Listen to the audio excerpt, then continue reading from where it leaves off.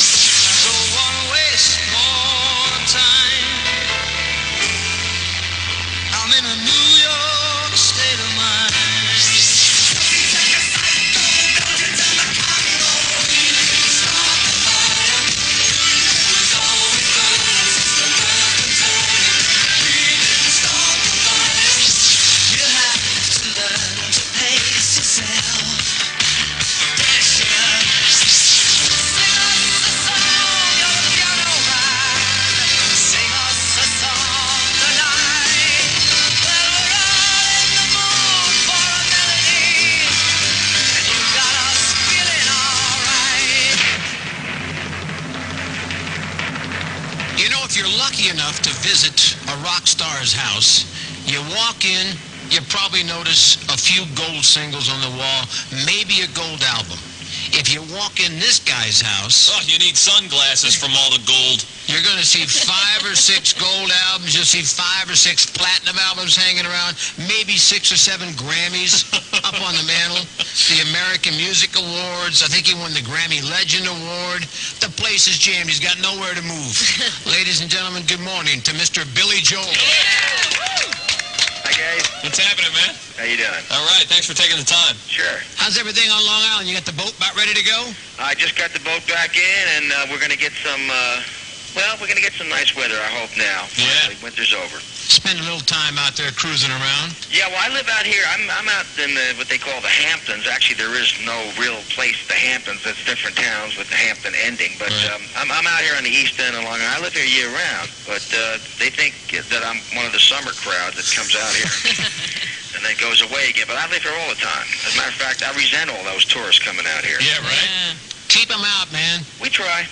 Listen, Billy, we got one problem. We're sitting here waiting for your entry in Scott and Todd Homemade Jingle Contest. We got nothing from you yet. Oh, let's see. Scott and Todd, I shot my wad. That may be a different lyric. Yeah. Okay, Scott and Todd. Oh, my God. Oh, my God. Well, you know what? I'm sure something will come to you. Let's talk about your music, man. What River of Dreams was a huge smash. That's 3 years ago. You got anything in the pipe right now? Actually, I've been writing what you'd probably call classical music for the last year. I don't know what it's going to turn into. It may turn into a musical or an opera or just classical pieces. I don't know. But it's piano pieces, and that's where my heart is right now. Just into a more like into the classical line, huh? I guess so. You know, there's some of the things could actually turn into songs. I've written piano pieces and classical pieces that actually did turn into songs, like Honesty was one of them. Even Uptown Girl started out as a classical piano piece. Wow. For the Longest Time was another one like that. The Lullaby.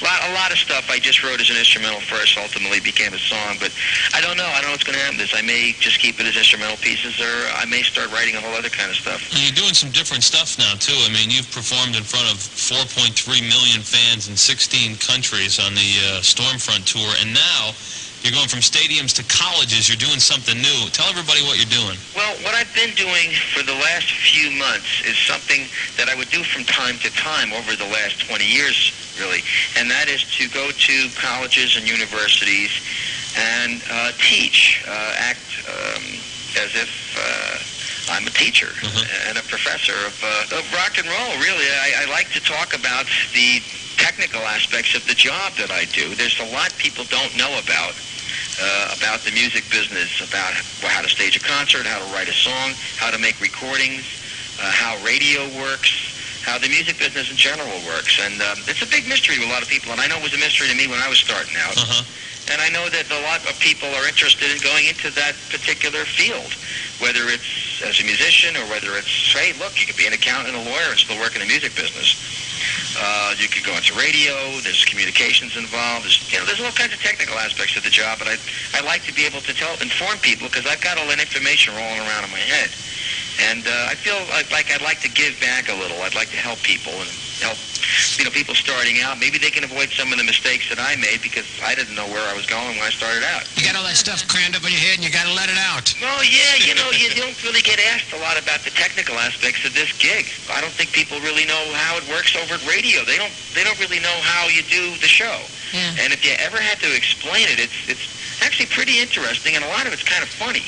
All we know is we show up with a pair of headphones and they give us 4 hours. See, I knew it was really technical. Yeah, it's very involved. You know, I heard so much about the project with Elton John, and there was supposed to be an album released with you and Elton from that live tour you did, a couple summers ago. We did record some things. The problem is you got 3 different record companies, which that means 3 different sets of lawyers.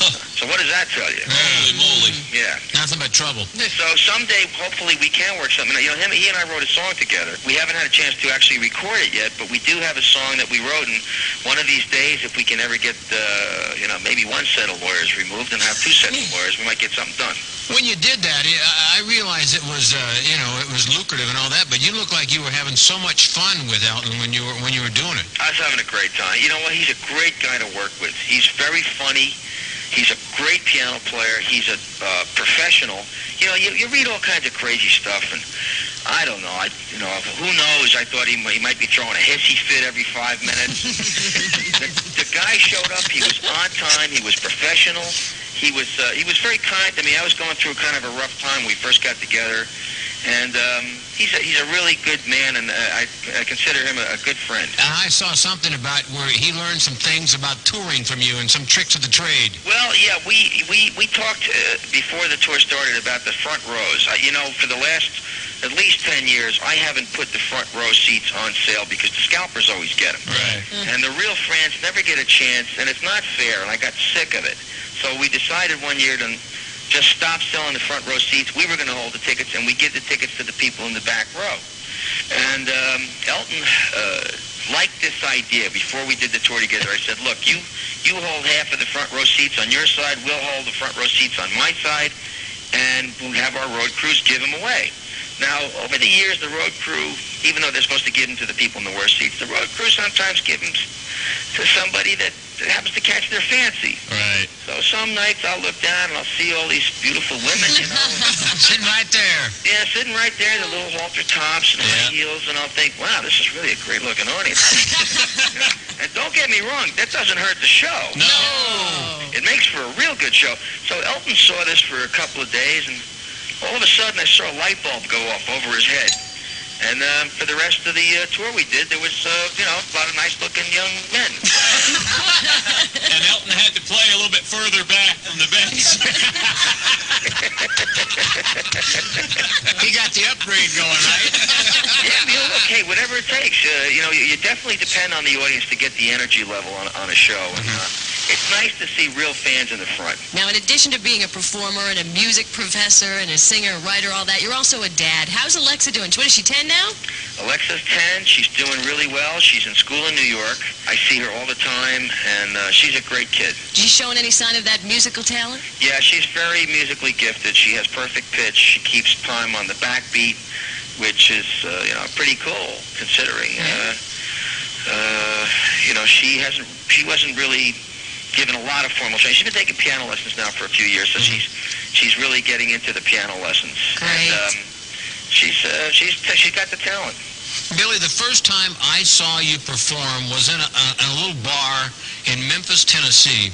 And back then, you were still doing impressions of Fats Domino and Ray Charles and Elvis and everybody. And you did a song that really brought the place down called Everybody Loves You Now from the original Cold Spring Harbor album. That's how long I've been watching Billy Joel. I think one of the first songs I ever played as a DJ was Worst Comes to Worst. Now, the reason I mention that is because you're coming up on your 25th anniversary in rock and roll and the music business, hand in hand with PLJ Radio coming up on our 25th birthday as a radio station here in New York. We all put our heads together. We came up with a great idea, and I think maybe you could tell people about it now. Okay, the idea that I have is that we're going to do a benefit at Town Hall in Manhattan, and we're going to raise some money to begin a music scholarship fund. I'm a little concerned about the state of music education these days, and I think anybody who's got a talent can use all the help they can get, and the more scholarships that are out there, the more funding, the better for up-and-coming musicians and artists. So we're going to establish a music scholarship fund for City College in New York, and we are going to do, as I described before, one of these speaking engagements. We call it an evening of questions and answers and a little music. It's not just a lecture. It's a chance for the audience to ask questions. Mm-hmm. Also, I will have keyboards on stage, so I'll be playing some songs. It's a lot of fun. It's something I enjoy doing very, very much. It's going to be Thursday night, May 16th. Billy Joel from Town Hall, an evening of questions, answers, and a little music. And the neat thing about this is that it's going to be carried live on the radio on PLJ. Now, you haven't done a live radio concert in, 20 years? That's right. I haven't done anything live, performance-wise, on the radio. Yeah, it must be since the mid-'70s. Wow. And the interesting thing, too, is I don't know what's going to happen. This is like the Forrest Gump box of chocolates. You never know what you're going to get. You got no idea. No.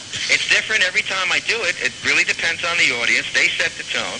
And I hope you guys have a little beeper or something on there, because you never know what people are going to say. Yeah. Oh, you picked the perfect station. We never know what's going to happen around here. Well, good. Yeah. Now, no tickets will go on sale for this performance. The only way you're going to get them is win them on PLJ. Billy Joel, an evening of questions, answers, a little music. Thursday night, May 16th. We'll tell you how to get the tickets. And if you don't get tickets, you can hear it live right on 95.5 FM. And Billy, congratulations on the scholarship for the performing arts at City College. That's just wonderful. Great. Yeah. Thank you. Well, you guys are helping to do this also, and I appreciate that. And also, whoever does end up getting the scholarship is going to appreciate it, too. Absolutely. Billy, congratulations on all the success, and we'll see you Thursday night, May 16th. Okay, guys. Thanks, Billy. Billy Joel. Take care, man. PLJ is turning 25 this year. Still rock and roll to me. And Billy Joel's helping us celebrate. Thursday night, May 16th, we're having a special PLJ live broadcast from Town Hall in Manhattan. It's Billy Joel, an evening of questions, answers, and a little music. It's all about soul. You can hear it live on PLJ, or you can be there in person. No tickets will be sold, but you can win them from 6 a.m. Wednesday through midnight Sunday. Just listen for any song by Billy on PLJ. When it's over, be one of the first 10 callers on the studio lines, and you're in for free. Just like PLJ, Billy Joel's celebrating 25 years in rock and roll. And in tribute to Billy, PLJ is contributing to the scholarship for the performing arts at City College. With special thanks to Apple Internet Technology. May 16th, for the first time ever, it's Billy Joel live on the radio for the 25th anniversary celebration of New York's